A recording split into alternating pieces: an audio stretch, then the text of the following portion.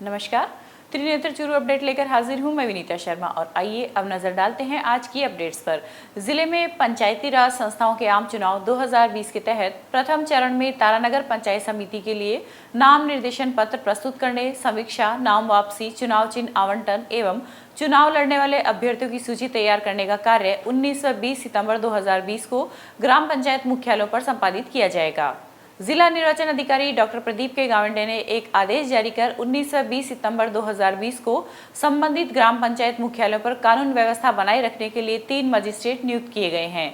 आदेशानुसार तारानगर थाना क्षेत्र में बीदासर उपखंड मजिस्ट्रेट, भालेरी थाना क्षेत्र में सुजानगढ़ उपखंड मजिस्ट्रेट एवं साहवा थाना क्षेत्र में रतनगढ़ उपखंड मजिस्ट्रेट को मजिस्ट्रेट नियुक्त किया गया है। जिला मुख्यालय पर आज उपनेता प्रतिपक्ष राजेंद्र राठौड़ के आवास पर भारतीय जनता पार्टी के द्वारा वीडियो कॉन्फ्रेंसिंग के माध्यम से एक प्रेस वार्ता का आयोजन किया गया। विधायक राजेंद्र राठौड़ की वर्चुअल सहभागिता में आयोजित प्रेस वार्ता में पूर्व जिला अध्यक्ष वासुदेव चावला, बसंत शर्मा व मंडल अध्यक्ष दीनदयाल सैनी आदि ने भाग लेकर जिले सहित प्रदेश भर में बढ़ रहे कोरोना के कहर को लेकर चिंता जाहिर की। नौकरशाही इतनी हावी और प्रभावी हो गई, जनप्रतिनिधि की बात को है, ये दुर्भाग्य है। जनप्रतिनिधि ने खुद ने जब कहा इंदिरा रसोई के नाम पर ढकोसला चूरू जिले में हो रहा है और जिला कलेक्टर प्रमाण पत्र दे दे सब ठीक हो रहा है, इससे बड़ा दुर्भाग्य कुछ हो नहीं सकता।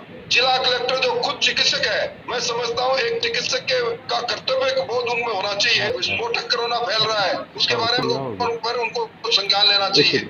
मैं आज सचिव से भी इसके बारे में बात करने वाला हूँ। वहीं वर्चुअल प्रेस वार्ता के दौरान भाजपा पदाधिकारियों ने राज्य सरकार पर कोविड-19 के तहत लापरवाही का भी आरोप लगाया। साथ ही इस दौरान सरकार से मांग की है कि जिस तरह से कोविड-19 के केस बढ़ रहे हैं उनको मद्देनजर रखते हुए फिर से 15 दिन का लॉकडाउन लगाया जाए। वहीं पूरे शहर को संक्रमण से मुक्त करने हेतु सैनिटाइज किया जाए। राठौड़ साहब के नेतृत्व में हमने वीडियो कॉन्फ्रेंसिंग के माध्यम से की। हमने ये बात इसलिए बताई कि पिछले 72 घंटे से ये चूरू जिला मुख्यालय पर 4 तो मौतें हो गई है। कम से कम 56 से अधिक मरीज आए 48 घंटे में। रोजाना ये आंकड़ा 2.5 के ऊपर जाने वाला है, 20 के ऊपर जा रहा है। संख्या लगातार बढ़ रही है। चिकित्सा प्रशासन है आज भी सैंपलिंग करता है तो 48 घंटे में सैंपलिंग करता है, उसके बाद में रिजल्ट देता है। इतने दिन कम से कम वो पॉजिटिव मरीज जिनकी सैंपलिंग की जाती है उनको जिम्मेवारी तो तय करे कि वो अपने घर पे क्वारंटाइन रहे। ये अस्पताल प्रशासन की लापरवाही थी। हमने ये भी मांग की है प्रेस कॉन्फ्रेंस के माध्यम से कि जिला कलेक्टर को पूरे जिला मुख्यालय को सैनिटाइज करना चाहिए, चाहे बाजार हो चाहे घर हो, और सबको सैनिटाइज करना चाहिए। जितनी सैंपलिंग उसको वो लेनी चाहिए। जिला मुख्यालय के राजकीय लोहिया महाविद्यालय में आज पीटीईटी की परीक्षा का आयोजन किया गया। महाविद्यालय के प्राचार्य दलीप सिंह पूनिया ने बताया कि 2 सत्रों में आयोजित परीक्षा में 900 विद्यार्थियों ने भाग लिया है। वहीं परीक्षा के दौरान केंद्र व राज्य सरकार की गाइडलाइन का विशेष ध्यान रखते हुए सभी की थर्मल स्क्रीनिंग की गई। साथ ही इस दौरान सैनिटाइजेशन व सोशल डिस्टेंसिंग का भी विशेष ख्याल रखा गया। आज राजकीय लोहिया महाविद्यालय में पीटीईटी 2020 की परीक्षा प्रातःकालीन सत्र में अब 9 से 12 बजे के लिए प्रारंभ हो रही है, जिसमें senior pass students 4 year BSc BEd BA BEd courses के लिए यहाँ एंट्रेंस टेस्ट दे रहे हैं। पूर्णतया सोशल डिस्टेंसिंग, मास्क, हाथ धुलाना, सैनिटाइजेशन करना, सारे एसओपीज को ध्यान में रखते हुए इन छात्रों को प्रवेश दिलाया गया है। 12 बजे तक परीक्षा संपन्न होगी। दूसरे बैच में शाम को 3 से 6 बजे तक ये बीएड कोर्स के ये भी यहाँ सेकेंड टर्म में एग्ज़ाम यहाँ संपन्न हो गया। टोटल कितने विद्यार्थी? टोटल अब प्रातःकालीन सत्र में 403 विद्यार्थी टोटल रजिस्टर्ड हैं। अभी इनको पेपर 9 बजे शुरू होगा, 20 मिनट तक लेट तक एंट्री अलाउ है। इसके बाद अनुपस्थिति का पता चलेगा कुल कितने छात्र उपस्थित हुए। शाम के सत्र में 501 विद्यार्थी कुल। वहीं सरदार शहर में भी आज पीटीईटी की प्रवेश परीक्षा 2 पारियों में आयोजित की गई। एसबीडी राजकीय महाविद्यालय में आयोजित परीक्षा में राजकीय अस्पताल की टीम के द्वारा परीक्षार्थियों की थर्मल स्क्रीनिंग की गई। साथ ही इस दौरान सैनिटाइजेशन व सोशल डिस्टेंसिंग का भी विशेष ख्याल रखा गया। सरकार के गाइडलाइन अनुसार जो पूरे विश्व में वैश्विक महामारी चल रही है कोरोना, उसके मद्देनजर रखते हुए गवर्नमेंट की जो गाइडलाइन है कि जो भी यहाँ पे जो पेपर देने एग्जाम स्टूडेंट आए हैं सबकी स्क्रीनिंग होनी चाहिए। अगर किसी का टेम्परेचर अधिक बता रहा है तो उससे गवर्नमेंट की सलाह के अनुसार ही अंदर प्रवेश दिया जाएगा। और सभी का हमने टेम्परेचर चेक किया। 360 बच्चे हमने प्रवेश कराए और सभी का हमने यहाँ पे थर्मल स्क्रीनिंग की है। रतनगढ़ में भी पीटीईटी की परीक्षा आज दोपहर 3 से शाम 6 बजे तक एक ही पारी में हुई। उच्चाधिकारी से मिले दिशा निर्देशों के अंतर्गत शहर में स्थापित 11 केंद्रों पर परीक्षार्थियों की स्क्रीनिंग की गई। वहीं केंद्रों के प्रवेश द्वार पर सैनिटाइजर से हाथ साफ करवाए गए तथा थर्मल गन से स्क्रीनिंग की गई। इसके बाद ही परीक्षार्थियों को केंद्र में प्रवेश करने दिया गया। परीक्षा समन्वयक डॉक्टर वीरेंद्र वर्मा ने बताया कि शहर में स्थापित परीक्षा केंद्रों के लिए 2592 परीक्षार्थी पंजीकृत थे, जिनमें से 337 अनुपस्थित रहे तथा 2255 परीक्षार्थियों ने परीक्षा दी। आसमान की बुलंदियों को पाने के लिए हौसलों की उड़ान जरूरी होती है, फिर चाहे जो भी कमियां हो वो बौनी साबित हो जाती है। ऐसी ही उड़ान रतनगढ़ के 2 युवाओं ने भरी है। अपनी दिव्यांगता को पीछे छोड़ दोनों ही युवाओं ने जीवन में आगे बढ़ने की सीढ़ियों को चुन लिया है और अब वे पीछे मुड़कर देखना भी नहीं चाहते। आइए हम आपको रतनगढ़ के ऐसे ही 2 शख्स से मुलाकात करवाते हैं। 6 वर्ष की आयु में रतनगढ़ तहसील के गांव कांगड़ निवासी गीधाराम के हाथ खेत में बिजली के करंट से झुलस गए। उसका उपचार भी करवाया गया, लेकिन उसे दोनों हाथ खोने पड़े और 2 साल तक वह घर पर ही रहा। हाथों की कमी खली तो उसने पैरों से लिखना शुरू किया और आज वह इसमें पूर्णतया पारंगत है तथा लिखावट भी सुंदर है। वहीं रतनगढ़ के वार्ड संख्या 18 का 23 वर्षीय खिराज मेघवाल जन्म से देख नहीं सकता। खिराज ने माउंट आबू की ब्लाइंड स्कूल से शिक्षा प्राप्त की। वहीं वर्तमान में वह मुंबई की नेशनल एसोसिएशन फॉर ब्लाइंड के माध्यम से शिक्षा प्राप्त कर रहा है। दोनों ही युवक आज रतनगढ़ की राजकीय भुआलका बालिका उच्च माध्यमिक स्कूल में स्थापित ओपन बोर्ड के परीक्षा केंद्र में कक्षा 10 की परीक्षा दे रहे हैं। परीक्षा देने आए सभी परीक्षार्थियों ने इन दोनों युवकों के हौसलों को देखा और दंग रह गए। हमारे विद्यालय में 3 सितंबर से ओपन बोर्ड परीक्षा चालू हुई थी और उसमें 2 विद्यार्थी ऐसे आए हैं जो कि एक तो ब्लाइंड है और उसके साथ एक सहयोगी है और दूसरा जो है उसके दोनों हाथ नहीं है, वो दिव्यांग है और अपने पैरों से बड़ी हिम्मत से पूरा पेपर करके जाता है। सादुलपुर में बढ़ती कोरोना की रफ्तार एवं कोरोना महामारी की रोकथाम की मांग पर बसपा नेता मनोज न्यागली ने जिला कलेक्टर के नाम उपखंड अधिकारी को ज्ञापन सौंपा है। ज्ञापन में बताया है कि वर्तमान समय में शहर में कोरोना महामारी आग की तरह फैल रही है। वहीं मोहल्ला नरडियान की स्थिति दिनों दिन नाजुक बनती जा रही है तथा इस मोहल्ले में लगभग इन दिनों में 15 से 20 के बीच मौतें भी हो गई है, जिससे मोहल्ले वासियों में भय बना हुआ है। वहीं ज्ञापन में बताया गया कि मोहल्ले में इतनी अधिक मौत होने के बावजूद कोरोना महामारी की रोकथाम के लिए आवश्यक कदम नहीं उठाए जा रहे हैं। साथ ही उन्होंने कहा कि पूरे मोहल्ले को जीरो मोबिलिटी क्षेत्र घोषित करने की मांग की गई ताकि कोरोना महामारी पर अंकुश लग सके। वहीं इसके अलावा पुलिस प्रशासन की ओर से लगातार गश्त करने तथा बिना मास्क के घूमने वाले लोगों को रोकने तथा प्रत्येक घर की सैंपल से जाँच करवाने एवं पूरे मोहल्ले को सैनिटाइज करवाने की मांग की है। आज हमने कोरोना का जो इस तरीके से प्रकोप मेरे राजगढ़ में बढ़ रहा है, उस बात को लेकर हमारा आक्रोश है और विशेष करके नरडिया मोहल्ला में जिस तरीके से कोरोना से मौत हुई है और जिस तरीके से संक्रमण फैल रहा है, प्रशासन ने आंख बंद कर रखी है। उसमें पुलिस प्रशासन भी है, मेडिकल विभाग भी है और हमारा प्रशासनिक अमला जमला भी, किसी को कोई चिंता नहीं है कि वहाँ किस तरीके से संक्रमण फैल रहा है, उस संक्रमण को कैसे रोका जाए और संक्रमण नहीं रोके जाएंगे तो वहाँ की हालात बहुत बदतर हो जाएगी। इस बात को लेकर आज मैंने एसडीएम साहब को ज्ञापन दिया है। और वक्त हो चुका है एक अंतराल का। Prince school and hostel Churu कक्षा 2 से 9 तक अंग्रेजी माध्यम का विद्यालय, NCERT सिलेबस के साथ सैनिक, नवोदय, मिलिट्री, स्पोर्ट्स स्कूल की तैयारी करवाने वाला एकमात्र डे बोर्डिंग स्कूल। हर क्लास में केवल 25 सीटें ही निर्धारित। No homework, no lunch box pattern पर स्कूल में संपूर्ण व्यवस्था। शारीरिक व मानसिक विकास के लिए जिला खेल स्टेडियम में 1 घंटे का खेल सत्र। तो चले आइए Prince school and hostel Churu, Poonia colony, railway crossing के पास, बिसाऊ रोड, चूरू। संपर्क करें डॉक्टर प्रताप सिंह। अंतराल के बाद फिर से स्वागत है। रतनगढ़ में एसपी ऑफिस के जवान सहित 2 लोग कोरोना पॉजिटिव आए हैं।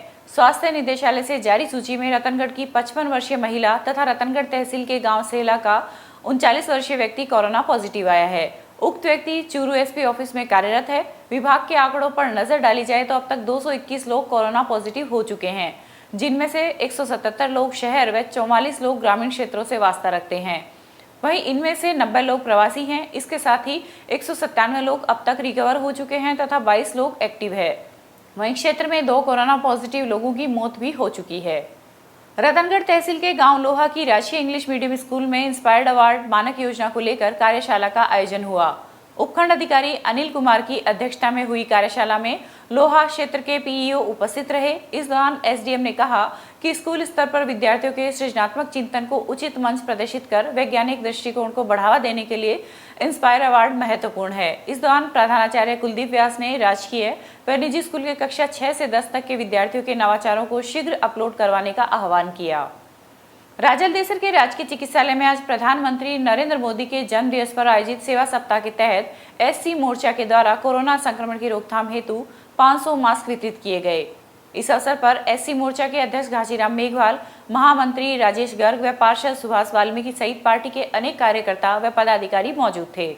जनता पार्टी के द्वारा सेवा सप्ताह के रूप में यह कार्यक्रम मनाया जा रहा है और एससी मोर्चा की तरफ से आज 500 मास्क वितरण किए गए हैं और माननीय प्रधानमंत्री के जन्मदिन के ऊपर यह 7 दिन तक यह कार्यक्रम चल रहा है और आगे भी यह कार्यक्रम ऐसे चलता रहेगा। और जो कोरोना महामारी के अंदर ये जो मास्क अनिवार्य है, क्यों सुरक्षा ही जीवन है, तो इसलिए हम एससी मोर्चा की तरफ से 500 मास्क वितरण किए गए हैं।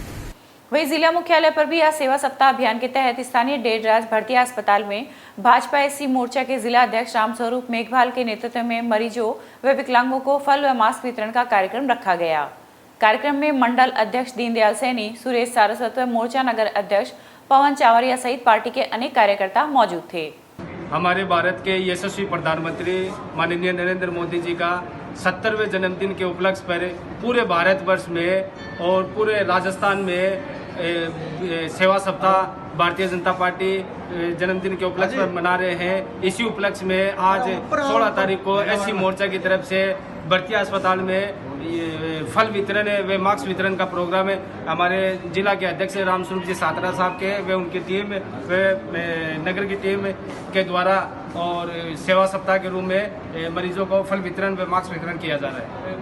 पंचायती राज संस्थाओं पंच सरपंच के आम चुनाव 2020 के तहत जिले में कारोबार, व्यवसाय, औद्योगिक उपक्रम अथवा किसी स्थापना में नियोजित प्रत्येक व्यक्ति को जो लोकसभा या किसी विधानसभा के लिए निर्वाचन में मतदान करने का अधिकार है को मतदान के दिन सार्वजनिक अवकाश मंजूर किया जाएगा। जिला निर्वाचन अधिकारी डॉक्टर प्रदीप के गावंडे द्वारा जारी आदेशानुसार अवकाश मंजूर किए जाने के कारण किसी ऐसे व्यक्ति की मजदूरी से कोई कटौती या उसमें कोई कमी नहीं की जाएगी।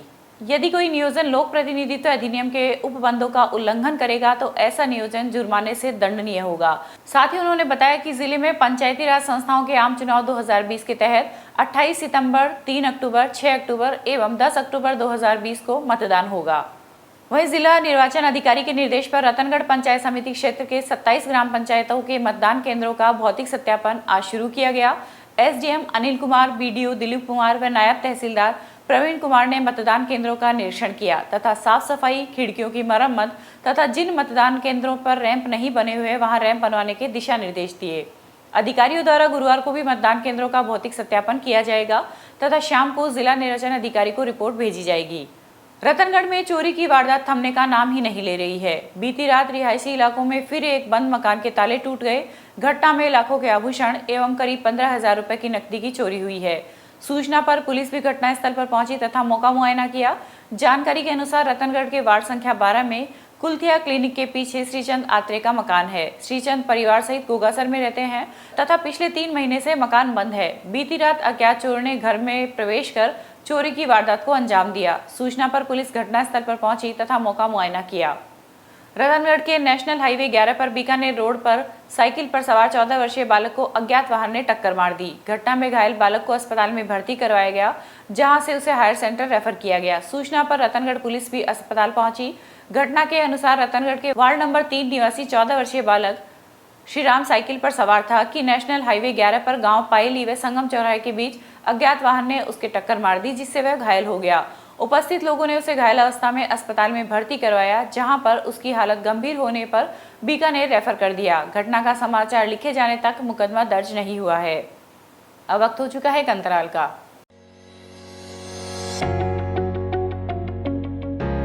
अगर आप चाहते हैं अपने बच्चों का भविष्य सुधारना तो चले आइए न्यू राजस्थान स्कूल बिसाऊ।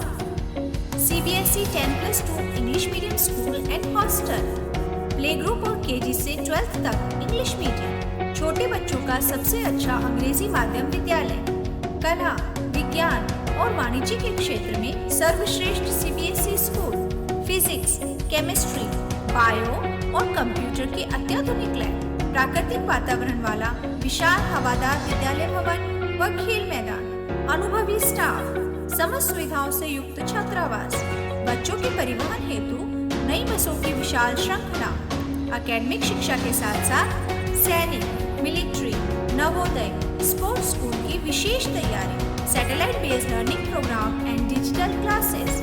तो चले आइए कम फीस और अच्छी पढ़ाई के लिए न्यू राजस्थान स्कूल बिसाऊ। संपर्क करें इंजीनियर नवीन सिहार। अंतराल के बाद फिर से स्वागत है। कोविड-19 की रोकथाम हेतु चिकित्सा विभाग के द्वारा लगातार रैंडम सैंपलिंग की जा रही है। इसी के तहत कन्या छात्रावास, महेंद्र एंड सन्स एवं कैरियर टीटी कॉलेज सहित कोविड केयर सेंटर में प्रवासियों के सैंपल लेकर जांच के लिए चूरू मेडिकल कॉलेज भेजे गए थे। बीसीएम और डॉक्टर एहसान गोरी ने बताया कि आज कन्या छात्रावास में 53 व महेंद्र एंड सन्स में 25 प्रवासियों की रिपोर्ट नेगेटिव आई है।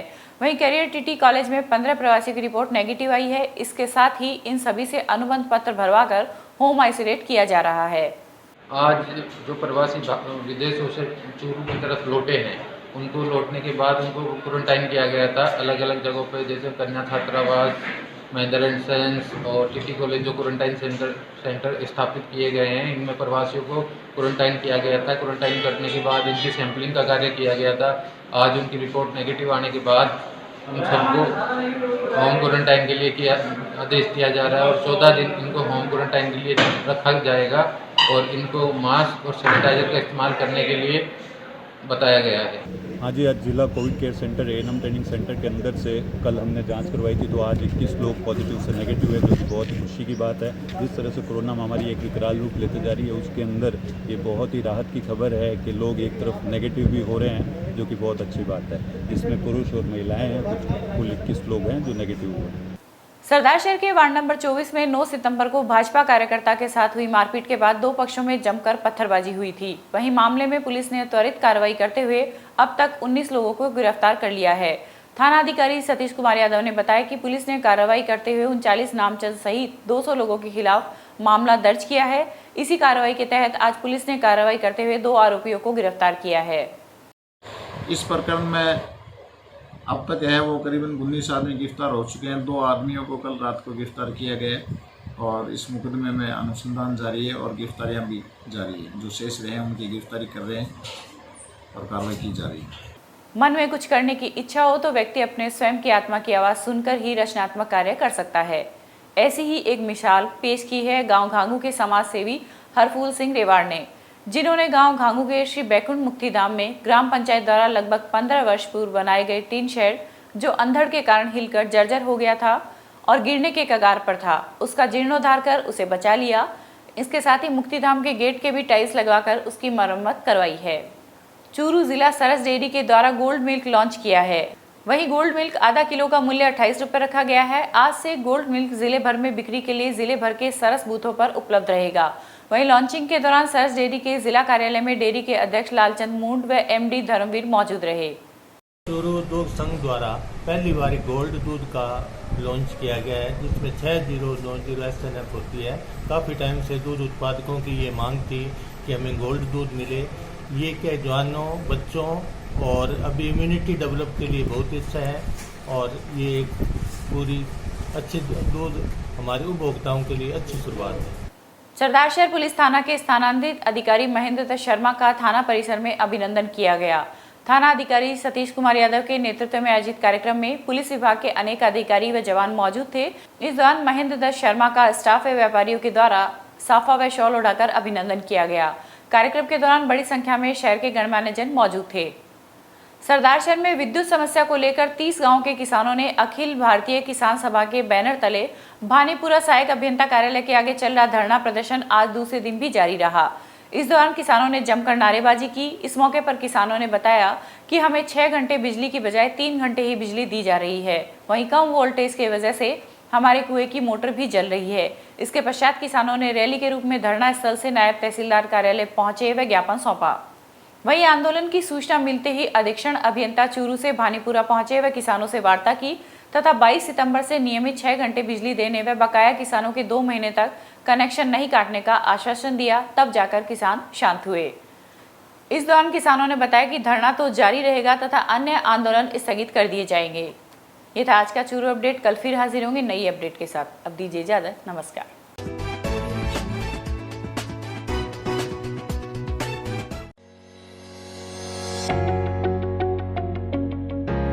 अगर आप चाहते हैं अपने बच्चों का भविष्य सुधारना, तो चले आइए New Rajasthan School Bissau.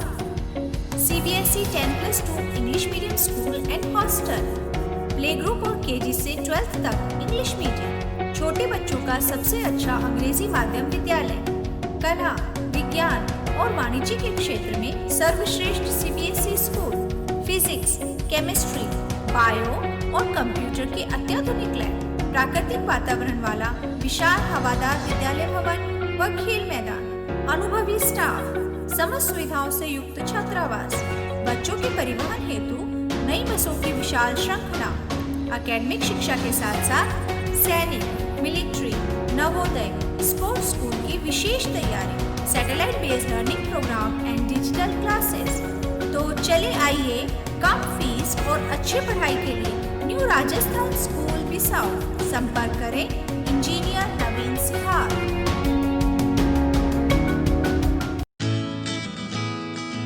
Prince school and hostel Churu, कक्षा 2 से 9 तक अंग्रेजी माध्यम का विद्यालय, NCERT सिलेबस के साथ सैनिक, नवोदय, मिलिट्री, स्पोर्ट्स स्कूल की तैयारी करवाने वाला एकमात्र डे बोर्डिंग स्कूल।